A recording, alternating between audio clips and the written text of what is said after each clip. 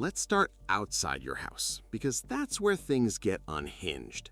Somewhere near your street, there is a box, a sad little gray box that nobody looks at that is basically the reason civilization functions.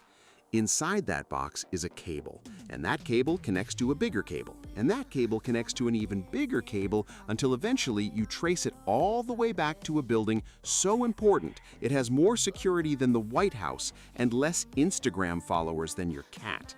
It's called a data center. Inside a data center is basically every piece of information humans have ever decided to put on the internet.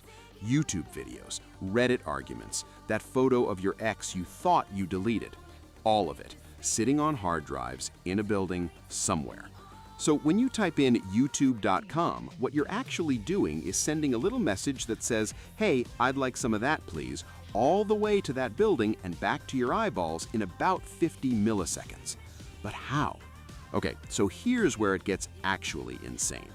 A lot of the internet travels through the ocean, not satellites, not clouds, the actual floor of the actual ocean. Right now, as you watch this, there are over 400 cables sitting on the bottom of the sea carrying about 95% of all international data. They are roughly the width of a garden hose. A garden hose! The entire reason you can FaceTime someone in Japan is because some guys in a boat once said, "Yeah, let's just drop a cable into the Atlantic," and somehow that worked, and nobody has come up with a better plan since.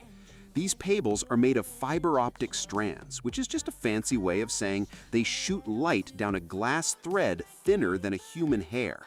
Your data gets converted into pulses of light, on, off, ones and zeros, flying through glass under the ocean at 200,000 kilometers per second. And if a cable breaks, like a shark bites it, that has happened. Sharks have bitten the internet, and Google literally wrapped their cables with Kevlar because of it. There is Kevlar protecting your ability to watch cat videos. Just let that sit for a second. Okay, so the data crossed the ocean. Now what? It needs to find your sea specifically. Out of 4 billion connected devices, it needs to find yours. This is where IP addresses come in, and before you tune out, it's actually not boring, I promise. Think of the internet like a postal system designed by someone who is very good at math and very bad at naming things. Every device connected to the internet has an IP address. It's basically your house number, but for data. When you ask for a YouTube video, your router sends out a request that says, "Hey, send this to 192.168.1.1," or whatever your address is.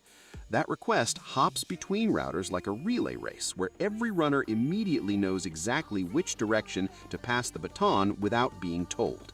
This is called packet switching.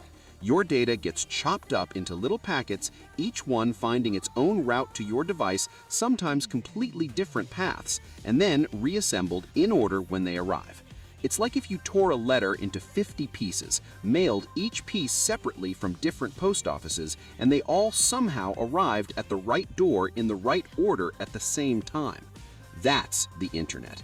That is what is happening right now.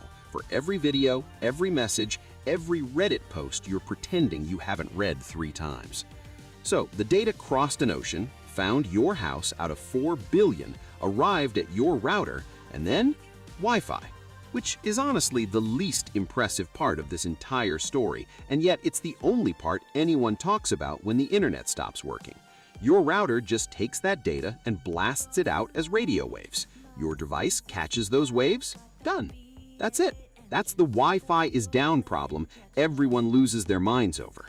Meanwhile, a garden hose cable under the Atlantic carrying civilization on its back is just out there doing its thing completely unbothered.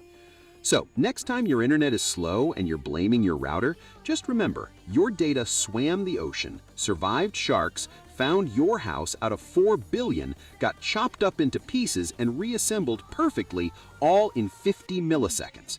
And then your router said, "Actually, hold on, give me a sec." Anyway, if this blew your mind even a little, that's going to cost you 1 subscribe. Tips in the form of likes are appreciated. You know how it works.